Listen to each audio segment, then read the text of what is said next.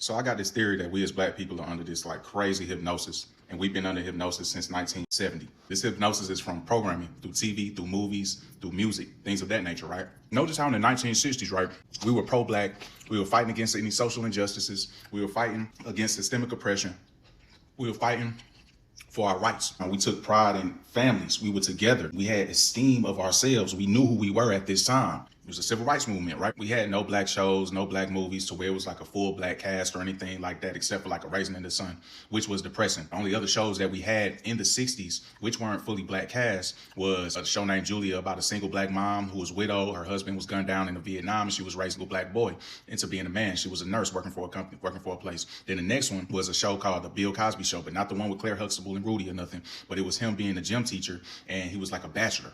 I feel like these were tester shows, but they really didn't connect with the black community like that because Bill Cosby was more so washed, and the show Julia was washed. It wasn't connecting with our people, so we wasn't really into those shows. We were still into the movement at that time. It was another show that came out in like the 1950s, and in 1951 it was called The Amos and Andy Show. It first was a radio show that was on from 1928 to 1960. It lasted 32 years on the radio, but it was two Caucasian guys cosplaying two men that were from Harlem and Chicago. But they depicted us as stupid, ignorant, and stuff like that on that radio show. But then in 1951, they created the actual show, TV show, because in the 20s the television came out, but up until 1950 only 9% of households had a television in their house. But then after 1950 to 1960 it boomed to 90%. So they knew that it was going to boom, so they created that show. But it only lasted for 2 years because the people who had a TV was people mostly. It wasn't really us. So they damn sure wasn't trying to see no Negroes on TV. So we still weren't fully entertained like that during this time. Because like I said, Bill Cosby Show came out, but he wasn't the top comedian for the black community. It was Red Fox. It was Richard Pryor at that time. Notice how in the 1960s, during this whole time, from 1961, Patrice Lumumba was offed. 1965, Malcolm X was assassinated. 1968, it was MLK. It was Bobby Hutton, Bobby Seale, and Huey Newton, the co-founders of the Black Panther organization. They were thrown in jail in 1968 for false accusations. Huey P. Newton, it was for manslaughter charge, but he wound up beating it because it didn't stick. Then for Bobby Seale, it was him protesting against the Vietnam War. And then while he was in jail, they tried to stick a conspiracy charge on him, but it didn't stick. And he was in there, I believe, until the 70s or something. On December 4th, 1969, Fred Hampton was offed. Crazy enough, that same date, December 4th, 1969, was the same day that Jay-Z was born. Clearly, the black community during that time had to have been in an uproar. They took away our leaders, they assassinated them, and then they left us with nothing, right? And they kept with the systemic oppression, the racism, the hate. After that came 1970.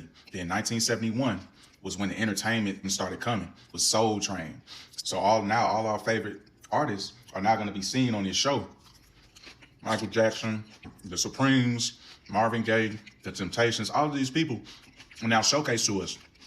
And we gotta wait for it to come out every week. I believe it was probably every week. And then we got to glue ourselves to the TV to watch it. So there was no more organizing. There was no more getting together. We were more so talking about this Soul Train line and stuff. And we seeing this cool guy on TV named Don Cornelius or something like that. And he's hosting it. It's like, oh man, we got our own show now. That's what's up. This is back in the 70s. Times were slower then, right? There were no streaming apps. There was no VCRs. There was no DVDs. There was nothing like that. You had to wait for the show to come out. So I looked up all the other shows and the movies that came out during that time.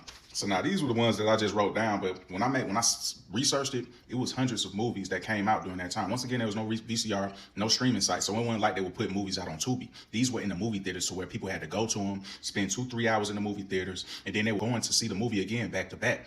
That was what was going on during that time. 1971, Shaft came out. That same year, Soul Train came out. 1972, Superfly, Trick Baby, Blackula, Sanford and Son came out. 1973, The Mac, Cleopatra Jones, Black Caesar, Coffee, Shaft in Africa. 1974, Foxy Brown, Claudine, Willie Dynamite. Good Times came out that same year. 1975, Cornbread Earl and Me, Cooley High, Dolomite. 1976, Car Wash, What's Happening.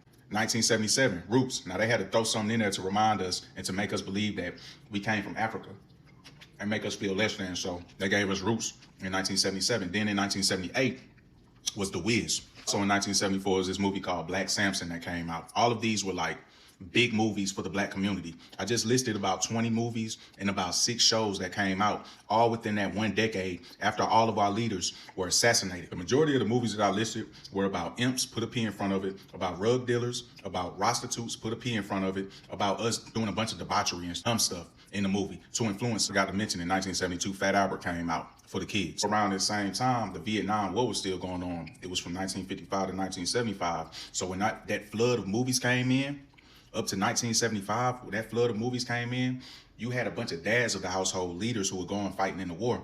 While the mom was single back home, they were sending her money back home and stuff. But she was raising the kids and they were going to the movies. She was keeping them entertained, right? And this is what the little kids were seeing growing up, right? Also, vets that were coming back, they were on that H stuff, that black stuff, putting it in their arm, not all of them, but then they came back to be influenced and see like, whoa, we got movies now. Once again, it went from the 60s to the 70s. Whoa, we got movies now. We the main characters. We got a whole black cast. We got these shows. What is this Good Times? What is this Sanford and Son? What is this Soul Train? All of that stuff came about, right? That was the hypnotism.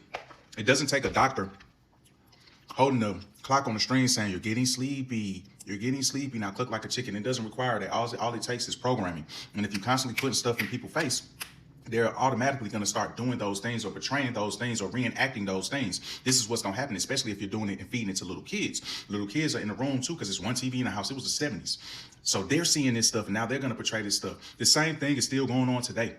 We're being influenced by this stuff. Little kids are being tricked out of their lives through the music today. Just like we were tricked out of our freedom through the dope boy era. Even when they hire black directors, just think about all the shows or movies that these black directors that came out with. And I love them all, but we had John Singleton, we have Ryan Coogler, great movies. We have Issa Rae, great shows. I love Issa. You have Lena Waithe. Like, bro, like the shows that come out, like The Chi, what's involved in The Chi, Insecure, Issa sleeping with a lot of different dudes. You got John Singleton, all hood movies. Ryan Coogler having to have the white dude save the day in Black Panther. Added to that list of writers and directors is of course, Tyler Perry. And him having Taraji P portray this distraught black woman in every film. Even with Issa Rae, you don't think Issa Rae could have came out with something better than One of Them Days? Like, she pitched the idea to the people who are in control of the entertainment industry. And she said, hey, I have a movie about 2 black girls. They're about to own their first house and they're about to put in the money with each other. They both have great jobs. They have great husbands or boyfriends. Issa, I don't think that sounds good. You have anything else? Well, I don't know. You know how Issa Rae act. I have this movie about 2 black girls staying in the projects and they're just trying to pay the next month's rent. And they go through a bunch of stuff. And one of the girls has a boyfriend and he only likes to buy Air Jordans. So he can't help them because he's staying with them, but he doesn't have the money. And they get chased around by this bully that's a girl. And then she catches up with him, the bully. And then she beats both of them up and she twerks on them. That's it. Issa, you're a genius. That's it, Issa. That's the movie. Hey, where's my checkbook? $20 million. Here you go, Issa. There you go. We're going to promote this movie. We're going to market it. And you're going to sell this movie out. It's going to be the top in the box office. I can promise you that. Mwah, you're a genius. With the rap music, we're the only ones that shit on our own women. We're the only ones that talk about all this foolishness in our music, spending money on dumb stuff, like selling rugs to each other, doing rugs. Even it goes to the R&B music too, because if I listen to Taylor Swift, she's singing about all of these beautiful things. But then when I go and I listen to Jasmine Sullivan, who has a beautiful voice, she's talking about busting the windows out of my car. Like, the frequencies are different from when it comes to Taylor to when it comes to Jasmine.